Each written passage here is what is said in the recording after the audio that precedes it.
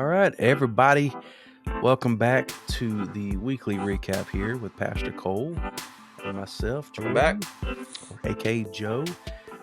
This week's podcast is brought to you by two college football fans who have new head coaches and And new hats. and new hats. We've got new hat. Well, you've got a new hat. Wonderful. That is wonderful. One of our coaching hires is more controversial than the other, but both, ironically, have connections to Knoxville and the great people of Knoxville here.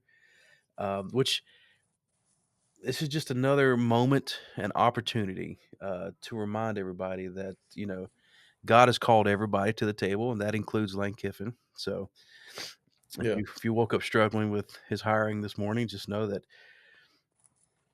God loves him too, and, and so do we at LSU. And my head coach is Russian. Yes, he is. I Did you buy that hat hat. strictly because of your coach? Yes. That is wonderful. I wanted to be in support of him. As well, you should. Now, when you think about this, you have a podcast right now with an LSU fan and an Auburn fan, just hanging out, sitting at the table, conversing, talking about the goodness of God. It's pretty cool. Yeah, that's what it's all about, right? Yep. uh, want to remind everybody this Sunday, we're taking up our Build It offering. I want to obviously can encourage you to continue to pray on what God will have you give. We're not going to hype you up with like some TBN plug on a magical bag of gold will appear in your garage or something. No, we like this building is going straight to this city and the people of the city and the broken in the city. And we want to further, represent the goodness of Jesus to them. And, he is, was it Rowan Williams that says he's found in the suffering of his people? And that's where we want to be. And, we are already doing that now, but a new facility that is paid for will obviously create more opportunities to help more people and to touch more lives. And so that's what this is about. It's not about a big flashy building with cool lights and smoke. This is, which I like all those things, but no, this is for the broken.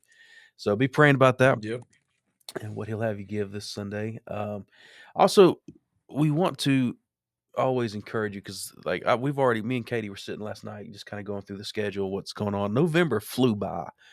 We had so much going on in November. December is just blistered full of stuff. And we want to always remind everyone to make sure you're making time for rest Yeah. especially during this season, making time for family.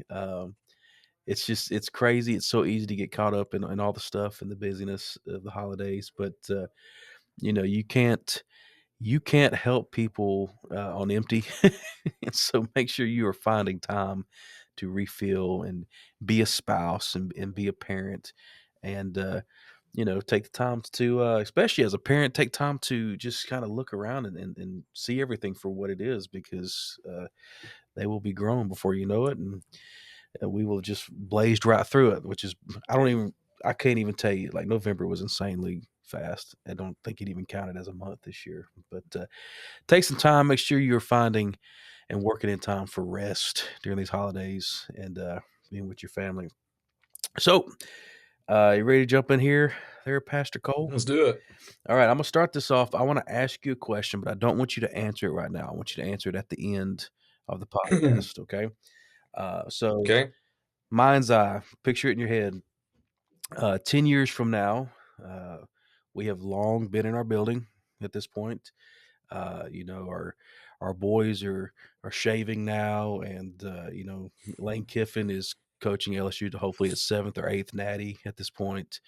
Um, but when you step back as the pastor of RPC and you look at this church and where it is 10 years from now, I want to know what you want to see. What do you hope to see at that point? So I want you to ponder on that while we kind of go through all this stuff, because obviously we got 2 weeks worth of stuff to talk about and still try to fit it inside of a 30-minute window. But just be chewing on that a little bit as we go along. All right.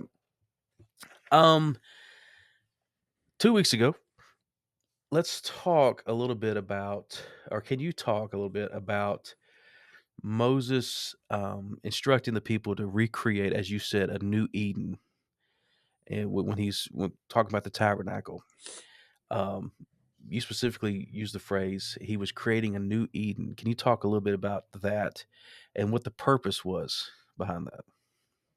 Yeah. So what we see in Moses' instruction or God's instruction given to Moses to build the tabernacle is we see a retelling of the creation story. And so the steps of the tabernacle and the steps of creation are, I mean, they're one to one. And what we are what we are to see there is that the whole earth is the tabernacle of God. It's where God dwells. Um, and he dwells here with us. What we see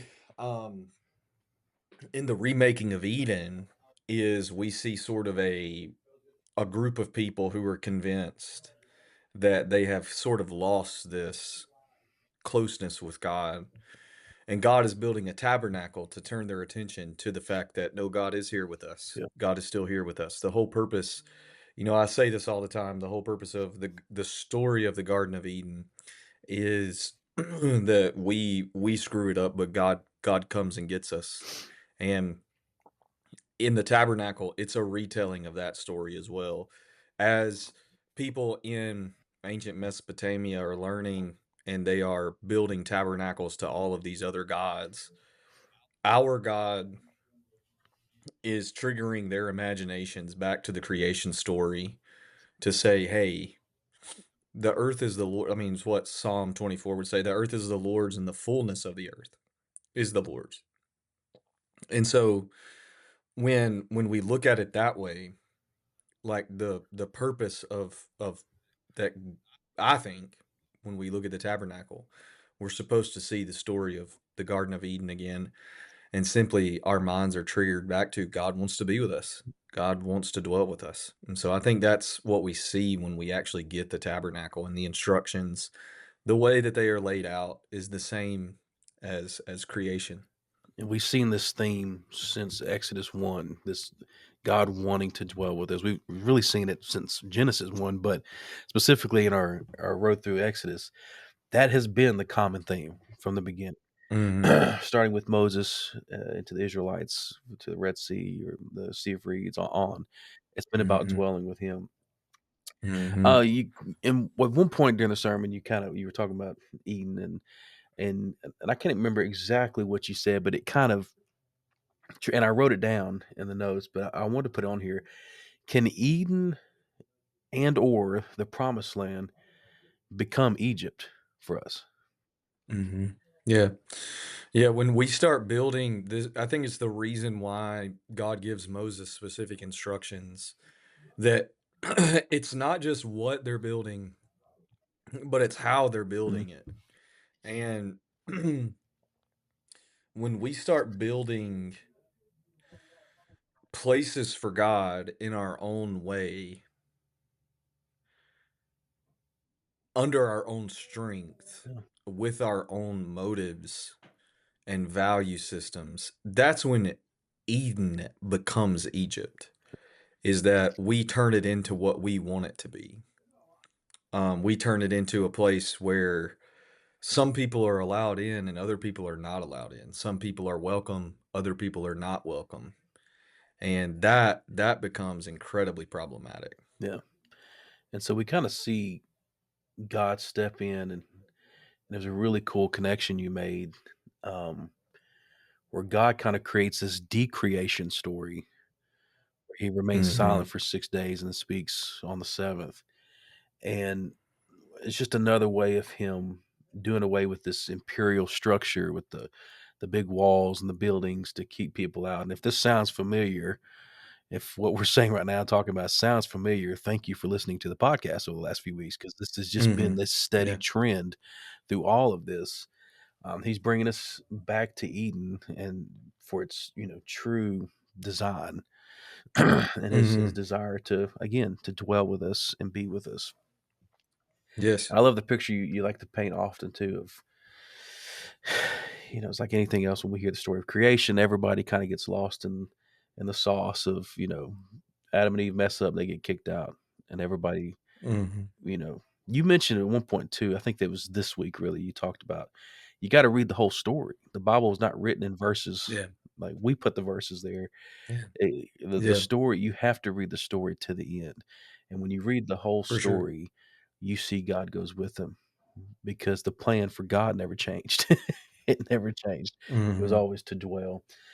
Um, can you talk with the tabernacle? Again, we made more connections from the past and then foreshadowing the future. Can you talk a little bit how this foreshadows Jesus in this story as well? Yeah. So Jesus becomes, well, we see it first, we see it in Mary, that Mary becomes the picture of the Ark of the Covenant carrying Yeah, God. And then we see Jesus as God himself in the world. And the same thing that happens to Mary is what happens to us as believers. And I'm going to talk about that this week. Like, we now are the people that are the dwelling place, like for God. And what we see here, Jesus coming to tabernacle among us, he's not just showing us, like, he's not just coming to be among us. He's showing us how our entire lives are supposed to be yeah, lived. A life sent into the world where suffering and chaos is taking place, and we're sent into the world by the Spirit. And we're not just called to stay in the Holy of Holies. Like, we are the Holy of Holies. We are the place where God dwells. And where we go becomes, you know, where the presence of God is. That's why when we say, like, God is yeah, everywhere, like, there's a lot of implications there, but mainly, like, one of the things that I would like to draw our attention to is, like, God is everywhere because we are everywhere. God is within us. yeah, And so, and he's doing things that we do not understand, that yeah. we don't know how to name, whether we can see it or not. um, you ended the sermon with three questions. Um, sorry, my stuff's freezing. There we go. Um, do I still see God at a distance? And do I trust God casually? In which you made a really good point about, once again, about using God's name in vain and what that actually means. And then, Mhm. am I creating space to meet God, or is it to meet my idols? Um, Mhm. can you briefly talk about those three questions and what that looks like in our day to day lives? What was the first one Oh, yeah, again? sorry. Sorry. First one was, do I still see God at a distance or as Yeah. distant? The yeah, the main thing that I think people, like, struggle with in our day is they think God is, like, off somewhere in the sky, and he's up there making commands, like, down here, like a war general for us to follow, instead of within us, um, forming us into the image of Jesus in the world. And I think when we view God as distant like that, we then can that's when I think we start to take his name in vain, meaning, like, God is for us, but he's against other Yeah, people in what he commands us to do, what he commands us to not do, what he commands us to be for, what he commands us to be against.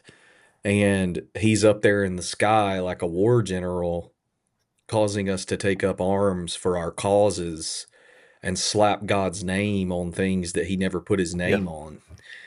And when that happens, we don't make space for people to meet God. We make space for people to meet our yeah, idols. We make space for people to meet the image that we have projected onto God instead of God himself. in the face of the body of Christ. And I think those three questions they stack on top of each other on purpose. And I think that when we are when we are thinking about making space to meet God, it's not just making time in our lives. I mean, is the way that I structure and orient my life, is it around the person of Mm, Jesus? Like, is it around the pattern of his life? And is the Spirit allowed to interrupt that to change it? My pattern, my rhythm of life. I think those are some questions that are fair to ask. And, um, how does the Spirit do that? And I think the most important thing that we can name is, or learn to name, are the ways, and I mentioned this week, are the ways that we sin in the name of God under the guise of being yeah. holy, being right. Um, because that's what Israel does. And I've said this before, like Jacob, like those are all the ways that we sin that we know about. Israel, like those are the ways that we sin that we can't name and oftentimes Yeah. refuse to name. Um, it's it's interesting too. So you're talking about putting his name on things. So there was a comedian a few years back. It may have been Dave Chappelle, but I can't remember. But remember back in the day, there was these signs that you'd see them down the interstate, and it'd be like, "I love you," and it'd be like a dash God, and it'd be like, "Turn or Mhm. burn slash God." It was just always, it was always seemed like these giant billboards, and he was like, "Man, I want to make like $1 million so I can buy one of those signs and just put on there, hey, stop forging my name, dash God." And that's what I mean, it's a great bit and a great joke. I replaced one of the words in it, by the way. It's a great, it's Hmm. funny, but that's what we do, and how we treat his creation, how we treat his people, and especially when they don't line up with what we think the moral standard is, and Yeah. when then we justify our actions by putting God's name on it. It just doesn't make sense. And I remember too, especially like growing up in the late '90s, early 2000s. The big push in ministry was your prayer closet. People were converting closets in their house into like a holy of holies prayer closet, and everybody was preaching. You need to be spending time throughout the day in your prayer closet. And you said something a couple weeks ago that I remember even as a child looking at that, going, all you people, like I saw some, they were really nice. There's curtains and candles and stuff. It was cool looking, but I was around these people and they weren't nice. They weren't kind. They didn't love people. And you made a one of the things you Mhm. said a couple weeks ago was like, you can go spend 2-3 hours in there, and if you come out and you don't immediately step into love and loving your neighbor, then you just wasted your time in that moment. Yeah. Yeah, we haven't learned what it means to pray. I don't think if we go into a room and scream, but we can't love our enemies. It defeats the purpose. And Yeah. yeah. Anyway, we could go on that for a minute, but this past week, was so good, and it's just got there's layers and layers in there, and it's one of those that I really encourage everybody to go back and listen to the whole sermon a couple times, because you're going to keep finding stuff there. But you talked about being marked by covenant and then building from a place of communion. It is interesting how this part of Exodus is flowing right into what our yearly build it offering. And it's just, I mean, it's Mhm. fitting like a glove and into what we're doing and where we're headed. But you see Moses kind of doing this consecration, this priestly consecration over people, spreading the blood. It's kind of wild. If you just read, that's another one of those that you just surface, you're Yeah. like, this is weird. But uh, Mhm. especially if you don't know what's going Exactly, on. exactly. If you just pick up reading that story right there, you're gonna be, a little, Yeah. weirded out, but, you mentioned how it's not a sign that they've become holy, but rather it's a reminder that they've been holy all along, and That God has made yeah, them holy, yeah. and this kind of foreshadows Jesus, and, when he Mhm, goes I think you said too, when he goes up on the mountain, he doesn't go up to meet God, but he goes up as God. Uh, can you talk a little bit more, mhm. just about that foreshadowing and how again, like, this is another one of those moments where we tend to walk in shame because we haven't met some kind of moral code or expectations. But, you know, Moses is basically reminding the people of who they are and what they're supposed to be, what they're supposed to, walk in. Yeah, yeah.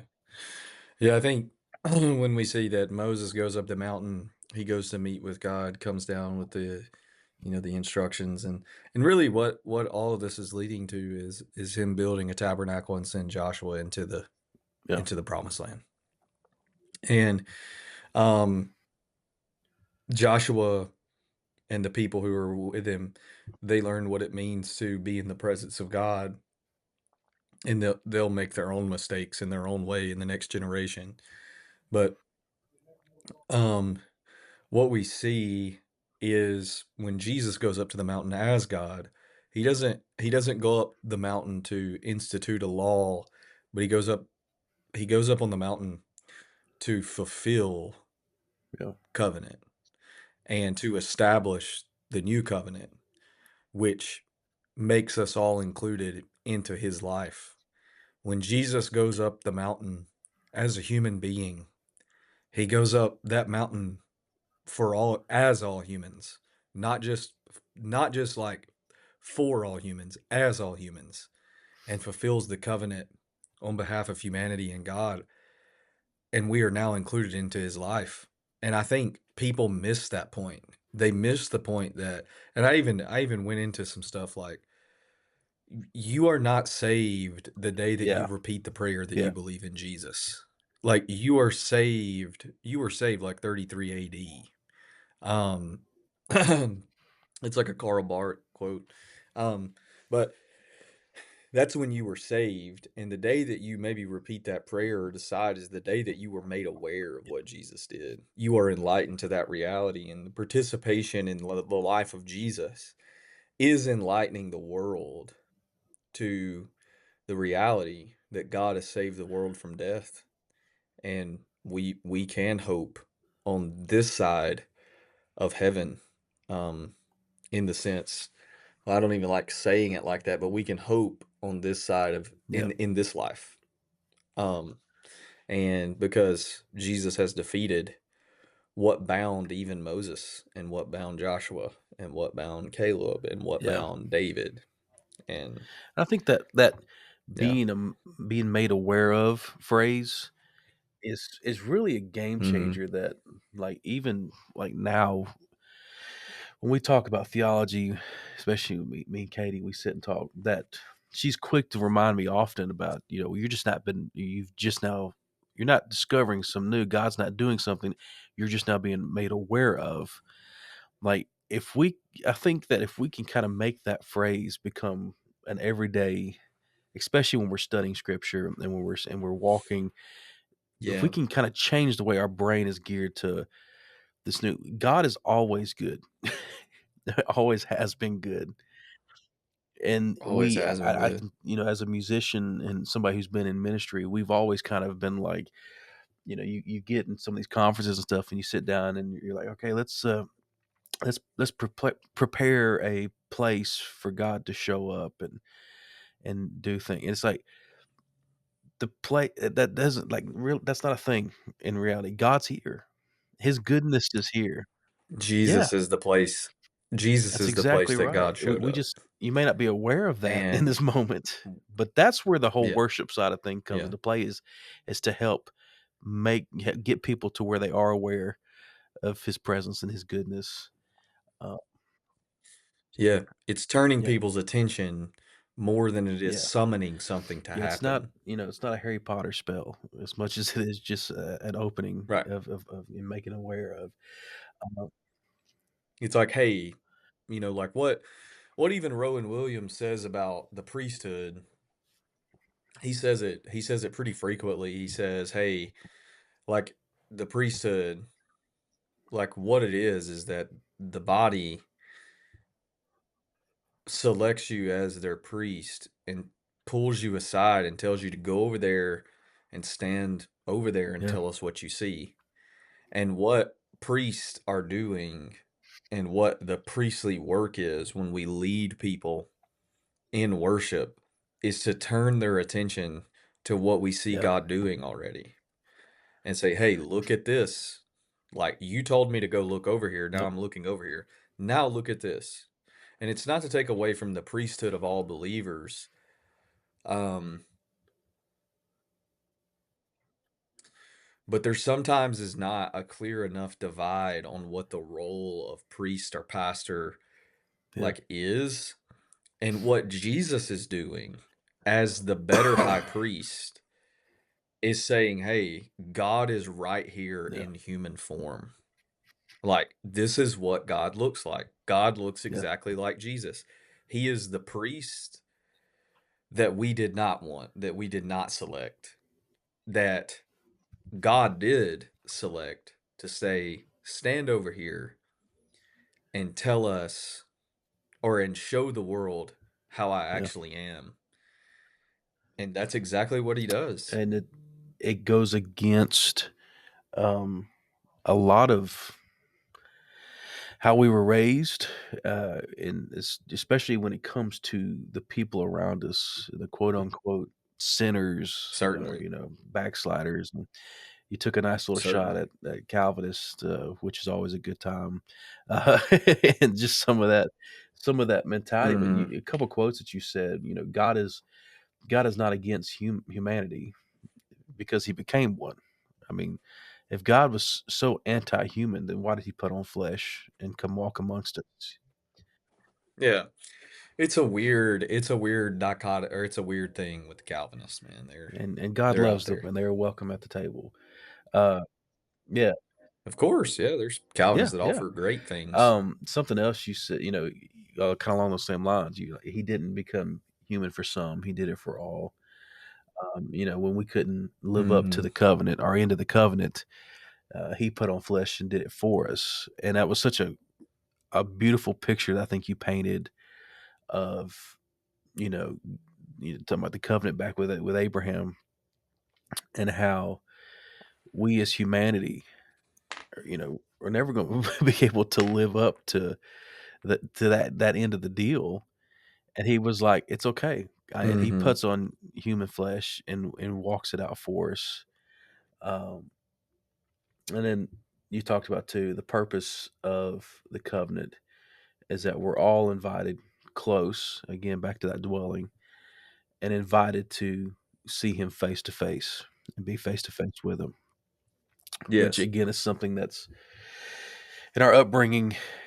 The whole face to face thing is always for some and not for all.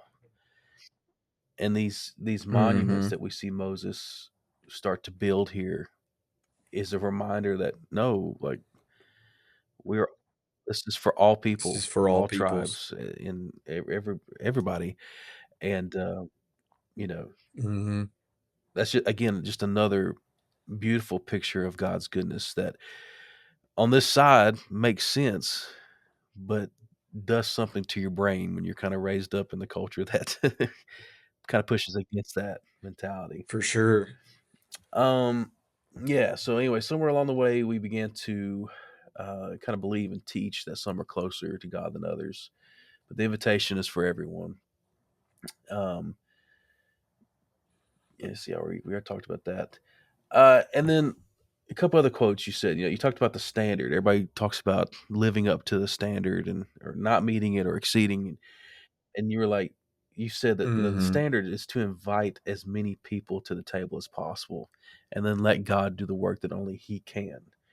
It's not about meeting a standard to get to the table. The standard is to get them to the table. and let him do what he does. Mhm. And you even went a little bit Mhm. further, it's talking about, we push back against nowadays this whole contract mentality, but God doesn't do contracts, he does covenants, Yep. which is scary. Right. And can you talk a little bit more about that? Mhm. Yeah. It's the contract mentality is if you hold up your end of the deal, Yeah, God holds up his end of the deal. And that's not who God is.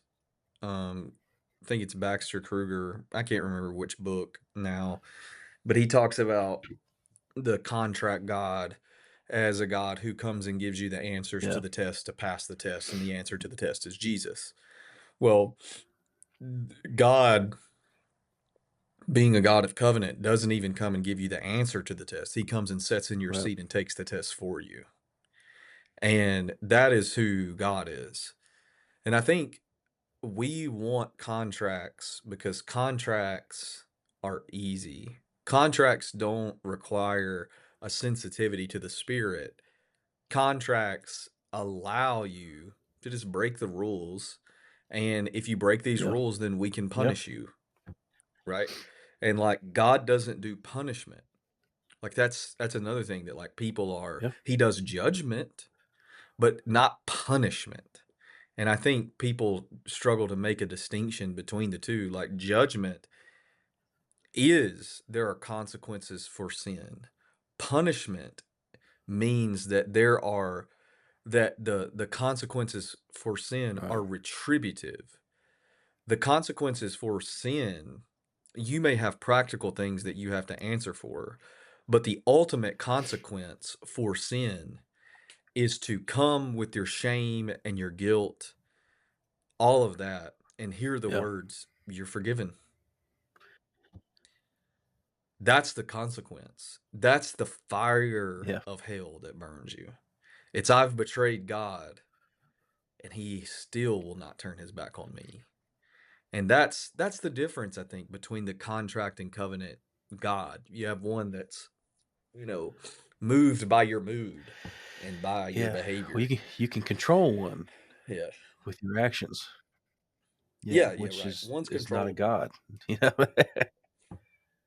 And the spirit does not move on our terms, and Right. God doesn't move on our terms. Um, one last little quote here that I wrote down is, he's not laying out a plan to deal with the sin so that you can't come close, but he's calling you to love, to a love that makes you not even want to taste sin. So again, it's not about, Yeah.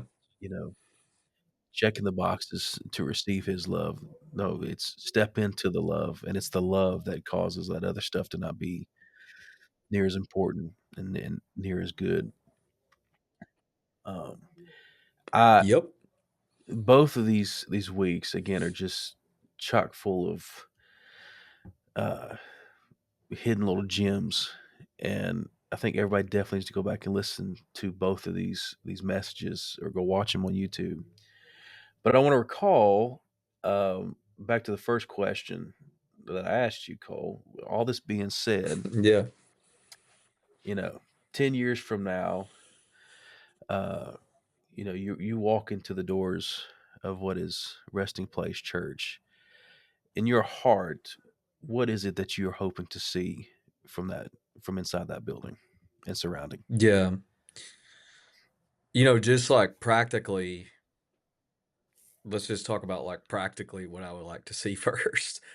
Um, Sure, yeah. I would like to see our entire community worshiping together in one space, like in one building, where our kids are there, where parents can drop them off, and maybe they can come participate in worship. I would like to see, you know, really, really good coffee. I know that like people like,